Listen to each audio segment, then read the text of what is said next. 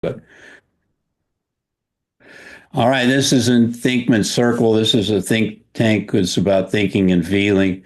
And I'm going to introduce you to some amazing things today. And it has to do with in thinkman.com is we're meeting every Tuesday. You can go to the website and figure it out. It's about the work of Louis Ralph Pondy. The information is there on how to read into that book that I wrote with Ronnie Sailors. Lou Pondy is known for the conflict episode model, meaning if you've ever been in a meeting and you find you go in there and there's an aftermath in the room of bad feelings, bad vibes, unkept decisions, not getting into action. And when you start the meeting, if that latent conflict is there, is going to be very difficult. There's always going to be some latent conflict, one meeting to the next with the same players. And you have feeling or felt conflict, and you have your ability to sense the conflict in the room. And if you don't resolve the conflict, you get to manifest conflict, where maybe people are acting out, sabotaging the meeting and your agenda. Or maybe they just can't get to a thing, or maybe it's group think and they're all saying they agree and they really don't agree, and nobody's got the guts to say they don't agree. Now, let me give you an example. When I was a department head at a major university here in New Mexico, and there's only two, so figure it out. Um, I went in, and it's my first day first day of the job. I'm meeting the people in a different office. I went into one, invited into her office, and she's crying. She says, "Oh my God, I'm on every committee. I'm never going to get tenure here. They put me on, I'm a Hispanic woman. I got the long hair, and they just put me on every single committee, and they don't care about me." I'm going, "Happy to meet you. My name is David, Dr. David." I go in the next room, was right next to the management office, and it was a different woman. I also met the men too, but I'll tell you about them. So this woman is going, "I hate this place. I want the fuck out of here. This is the worst university I've ever worked in my life." I said, "I'm the new department head." "Well, good for you. Good for you." So the woman has got pent up anger. You think? Have they ever resolved any conflict there in the last 20 years? No. They just bounce from one department head to the next department head. I meet the men, and I've actually been in a room with a grown man, and I'm introducing myself, and he's slapping my hand with. It's like, "Don't get near me. I don't want to talk to anybody. You're a department head. You're not going to do anything different than the last three department heads." And I'm not exaggerating. I got them out into a T group. And because organizations manifest conflicts in groups, all the conflicts in the faculty were being manifested in the doctoral students. And they were in the same blame, shame, fight mode, flight mode that the faculty were in. So the faculty's conflicts not being resolved were manifesting in the PhD students. That's enough of that example, but just to show you that this stuff works. Now, this is a more expanded chart. I'm not going to talk about it, except if you don't resolve conflict from one meeting to the next and get to the feeling level and get to the thinking level, you are going to have the same habit pattern replay again and again and again. We can ask some people in the room here if they want to tell us about what's really going on in organizations. I'm going to skip down here a little bit. So one of these techniques that we're going to play with is called EFT, Emotional Freedom Technique. And it's, as I understand it, a part of kinesiology. And that is really important. But there are certain points, if you tap on the head or around where the bridge of the nose is, under the eyes, the sides. You can also rub this part between your throat and sort of your chest, and work through some things. So there's a number of techniques that are like super important that you can do yourself as a leader or somebody working in an organization to do what's called clearing points. And this is borrowed from energyclearingmastery.com. And you can probably pay $10,000 and learn what I'm teaching you now, or you can pay attention. It's up to you. So I also want to tell you that in Jungian psychology, there's something called the anima, which is the feminine archetype within the man. And there's the animus, which is the masculine archetype within the woman. Now, the reason that this is important is because I went through a 7-day training thing on Genius Unlocked, and here's the head of it giving a David Boje coaching certificate. But on the last of the 7 days, they said to the 4 men, and there were 26 women in the thing, they said, tomorrow we want you to show up men wearing lipstick.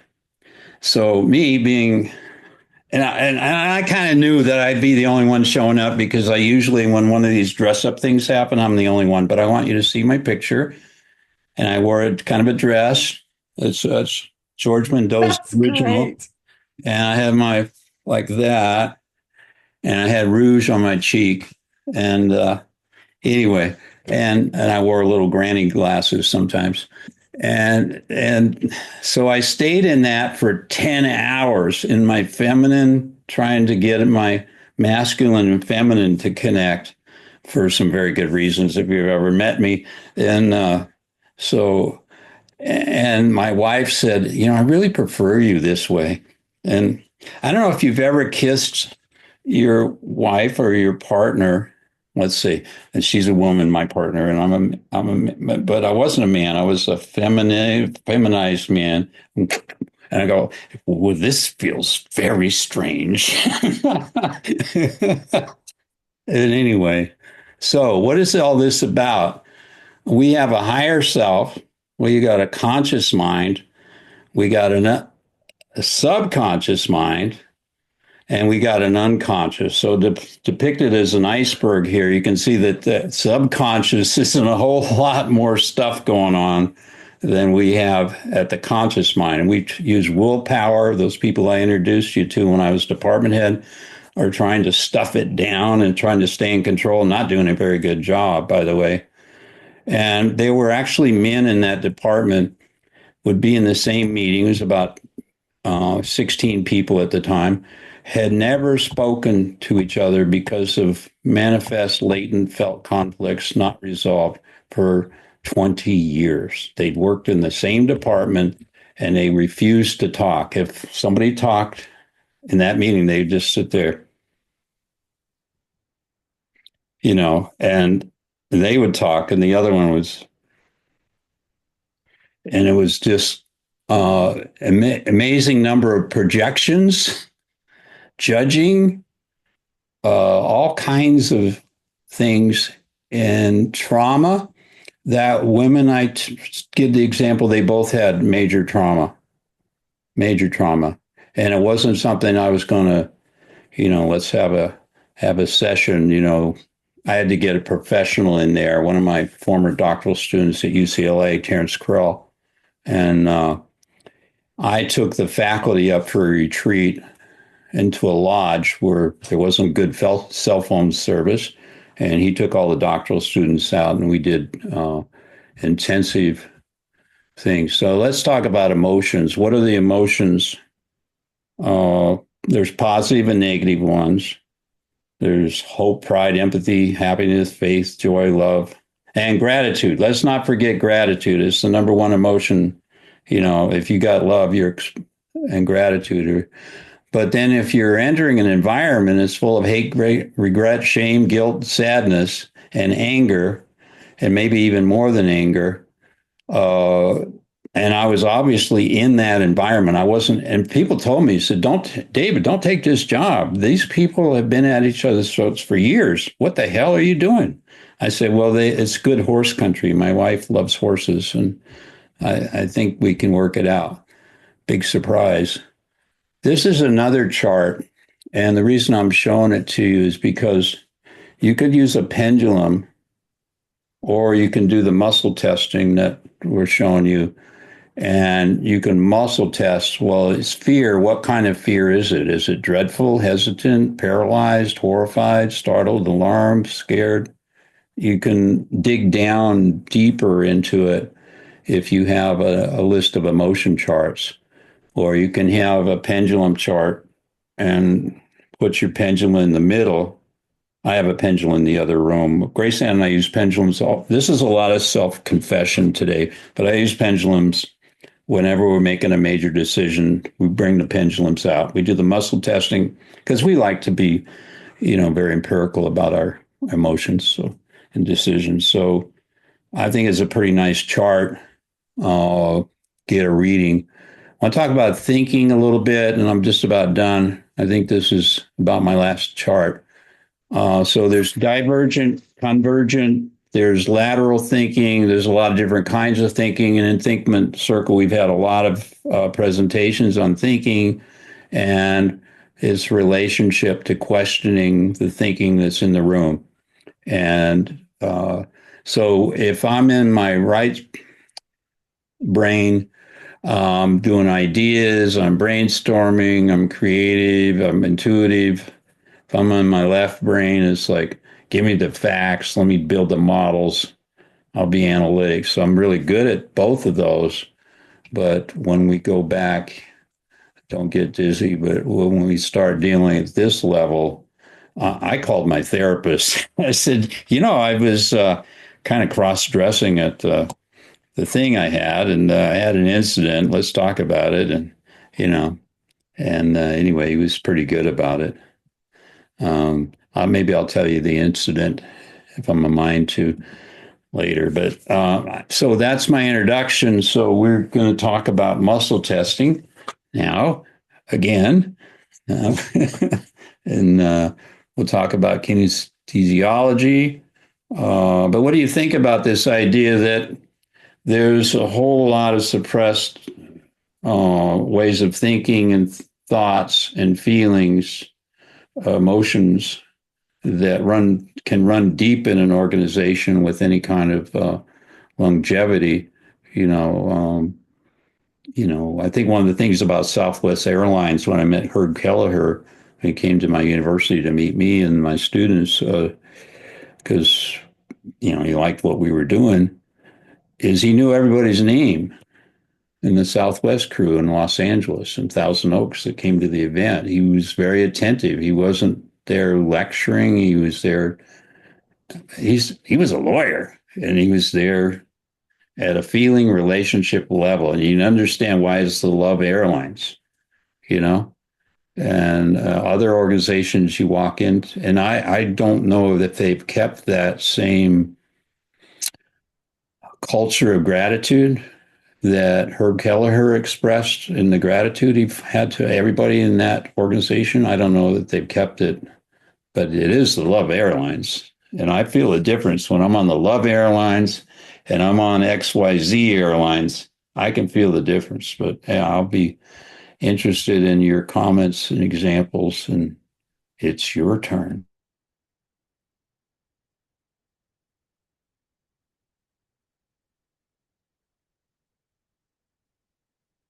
Well, I'll go, David, Go, um, success coach, Joy Harris.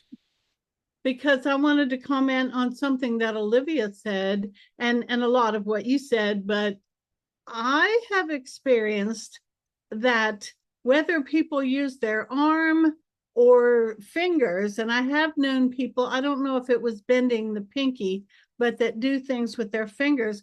I think whatever you practice and can determine has worked and has a high level of success will work. Because I do this, and I think you said that that isn't very reliable, but I have found that if you're, no, not up and down, whether your fingers come apart or not. Yeah, I know people do that. Yeah. Yeah. And I had someone say, well, your fingers came apart before you even finished the sentence. Yes, I know, because the body's electrical system is answering the question before the physical words can get out. So no, I wasn't cheating and trying to skew the results. I had had good results with doing it that way. I haven't been doing that a lot lately. Yeah, I don't know. I know what foods are good for me, I guess. Yeah, as the resident sadist in the room, you know, if you do that, nobody will focus on anything. Maybe you want to explain that statement so you don't scare my audience, Duncan. I write on Marquis de Sade's writing. Okay, so you're down in the dungeon and you're going like, should I stick this needle in? Nothing you say after that, nobody will hear anything you said after that. People, there will just be snickers coming through the audience. I'm just telling you. I want to share, I did that same way for years, and then my fingers started to hurt, so that's why I switched to this. So just in case it gets... Oh, right. You can do it that way too. Yeah, like it's the same sort of test. It's just your finger doesn't get bashed by the side every time. Good point. Good point. Yeah. Yeah. Hi, Sabine. What you got? Question. And that is, you know, I see that, you know, the energy in the body, because the body-mind connection, it's, of course, it's there. And, you know, right, let's say you have a big test coming up, you feel tense and you feel it in your stomach, you know, it's just a very general example, that mind-body connection. But I wanted to go back to something, and that is, there is the testing, but then, you know, is this something that actually gets done? You know, and how do you introduce that? You know, let's say you go into an organization, a company, right? And they have bad vibes in there. And you go in there, how do you present that, you know, without people looking at you like, what's up with all this? I mean, do you actually use this in companies, and what is the reaction? How do you, is this a method to actually resolve conflicts? You know, how do you go in? I see what you're saying. Yeah. In a company, how do you get from this to conflict resolution? Well, let's ask Jack, Tom, and Duncan. Do you use this, or is it usable, or how would you introduce it?